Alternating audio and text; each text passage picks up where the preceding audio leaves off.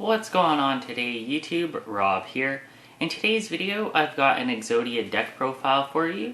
This one is coming from Yugi's legendary decks, and it's actually pretty interesting because these are basically all anime-inspired decks, and you know, they're really neat to have and really neat to showcase for you guys on the channel. Before we get started, I just want to say, if you're new to the channel, consider subscribing for more fun Yu-Gi-Oh videos. Without wasting any more of your time, let's get into it. I've assembled all 5 special cards, all 5 pieces of the puzzle.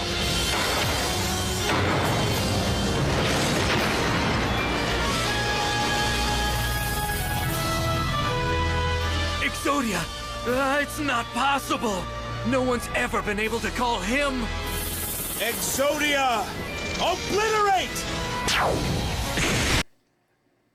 Alright guys, let's get started with this Yugi legendary deck, Exodia deck profile. So first off, we have the 5 pieces of Exodia. The 4 appendages are just normal monsters, and the head of Exodia is if you control the right leg, left leg, right arm, and left arm, and in addition to this card, you win the duel. Pretty self-explanatory.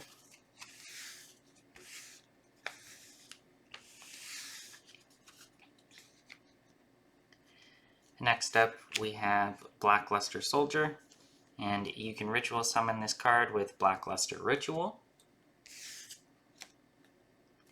Next up, we have the Blackluster Soldier Envoy of the Beginning, which cannot be normal summoned or set, must be special summon first from your hand by banishing 1 light and 1 dark monster from your graveyard, and once per turn you can activate one of these effects. You can either target 1 monster on the field and banish that target face up. This card cannot attack the turn you use this effect, or if this attacking card destroys an opponent's monster by battle, after damage calculation it can make a second attack in a row. Next up, we have the Dark Magician.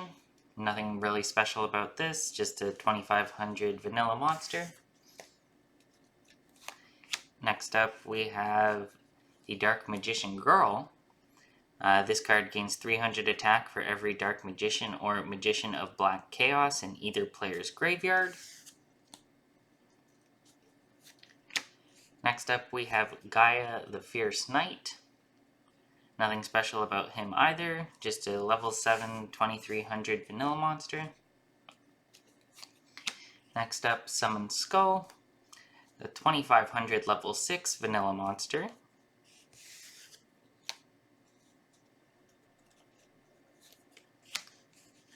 Next up, we have the 1 copy of Curse of Dragon, a level 5, 2000 attack vanilla monster. Next up, we have 1 copy of Catapult Turtle, which allows you once per turn, you contribute 1 monster and inflict damage to your opponent equal to half the attributed monster's attack on the field. Next up, we have Celtic Guardian, another vanilla monster, level 4 with 1400 attack. Next up, we have the Winged Dragon Guardian of the Fortress, number 1, a 4-star vanilla monster with 1400 attack and 1200 defense. Next up, we have the 1 copy of Feral Imp, again, another level 4 vanilla monster, but with 1300 attack. Next up, we have Beaver Warrior, a level 4 vanilla with 1200 attack. Then we have Griff 4, a vanilla monster, level 4 with 1200 attack. Then we have Mystical Elf, another vanilla monster, level 4, 800 attack and 2000 defense. Next up, we have Giant Soldier of Stone, another level 3 vanilla monster with 1300 attack and 2000 defense. Then we have Mammoth Graveyard, another vanilla level 3 with 1200 attack. Lastly, for the monsters, we have our Kuribo, which during your opponent's turn at damage calculation, you can discard this card and you take no battle damage from that battle. This is a quick effect. That's it for the monsters. Let's move on to the spells. First up, we have Monster Reborn, which lets you target a monster in either graveyard and special summon it to your side of the field. Then we have Swords of Revealing Light. Flip all monsters your opponent controls face up, and this card remains on the field for 3 of your opponent's turns. And while this card is face up on the field, monsters your opponent controls cannot declare an attack. Next up, we have 1 copy of Mystic Box. This lets you target 1 monster your opponent controls and 1 monster you control, destroy the first target, and give control of the second target to your opponent. Next up, we have Brain Control. This lets you pay 800 life points, then target 1 face-up monster your opponent controls, and take control of that target until the end phase. Next, we have the 1 copy of Monster Recovery. This lets you target 1 monster you control that is owned by you. If that monster is still on the field, shuffle it and your entire hand into the deck. Also, after that, draw cards equal to the number of cards you shuffled from your hand into the deck by this effect. You cannot activate this card if you have a card in your hand that is owned by your opponent. Next up, we have Spell Shattering Arrow. This lets you destroy as many face-up spell cards that your opponent controls as possible, and if you do, inflict 500 damage to your opponent for each one. Next up, we have 1 copy of Horn of the Unicorn. The equipped monster gains 700 attack and defense, and when this card is sent from the field to the graveyard, return it to the top of the deck. Next up, we have Mystical Moon. This can only be equipped to a Beast Warrior type monster, and it gains 300 attack and defense. Next up, we have 1 copy of Burning Land.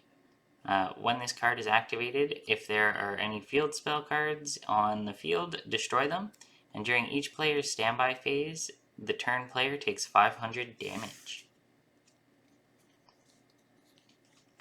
Next up, we have Multiply. This lets you tribute 1 face-up Kuribo and special summon as many Kuribo tokens. Fiend, Dark, level 1, attack 300, defense 200 as possible in defense position, and these tokens cannot be tributed for a tribute summon. Next up, we have 1 copy of Detonate. This lets you destroy as many Kuribo and Kuribo tokens that you control as possible, then destroy cards your opponent controls up to the number of Kuribo and Kuribo tokens destroyed by this effect. Next up, we've got Makiyu the Mystical Mist. This lets you target 1 Summon Skull or Thunder type monster you control. Destroy all monsters your opponent controls with defense less than or equal to the attack of that monster, and you cannot conduct your battle phase the turn you activate this card. Next up, we have 1 copy of Polymerization, which lets you fusion summon 1 fusion monster from your extra deck using materials from your hand or side of the field as fusion materials. Lastly, for the spells, we have Blackluster Ritual, which allows you to ritual summon Blackluster Soldier, and you must also tribute monsters from your hand or field whose total level equals 8 or more. Now on to the traps, we have 1 copy of Mirror Force, which lets you, when an opponent's monster declares an attack, destroy all attack position monsters your opponent controls. Next up, we have Magical Hats. During your opponent's battle phase, choose 2 spell or trap cards from your deck and 1 monster you control. Special summon them as normal monsters, attack and defense 0, and face down defense position. Set the chosen monster if it's face up and shuffle them onto the field. Then 2 cards chosen from the deck are destroyed at the end of the battle phase and cannot remain on the field except during the battle phase. Next up, we have one copy of the Eye of Truth, which lets you make your opponent must keep their hand revealed, and during each of your opponent's standby phases, if they have a spell card in their hand, they gain 1,000 life points. Lastly, for the traps, we have one copy of Shift. When your opponent targets exactly one monster you control, and no other cards, for an attack, or with spell or trap effect, target another monster that you control that would be an appropriate target, and that attack or spell or trap now targets the new target. That's it for the main deck, and this is the extra deck, the one copy of Gaia the Dragon Champion, which just requires Gaia the Fierce Knight and Curse of Dragon, and he is a normal fusion monster with 2600 attack. Alright guys, that's it for this first deck profile from the Yugi Legendary Decks box. I will be doing the other two in other videos, so stay tuned for that. And if you enjoyed this video, consider leaving a like and consider subscribing to the channel for more fun Yu-Gi-Oh videos, and I will see you in the next one. That's game!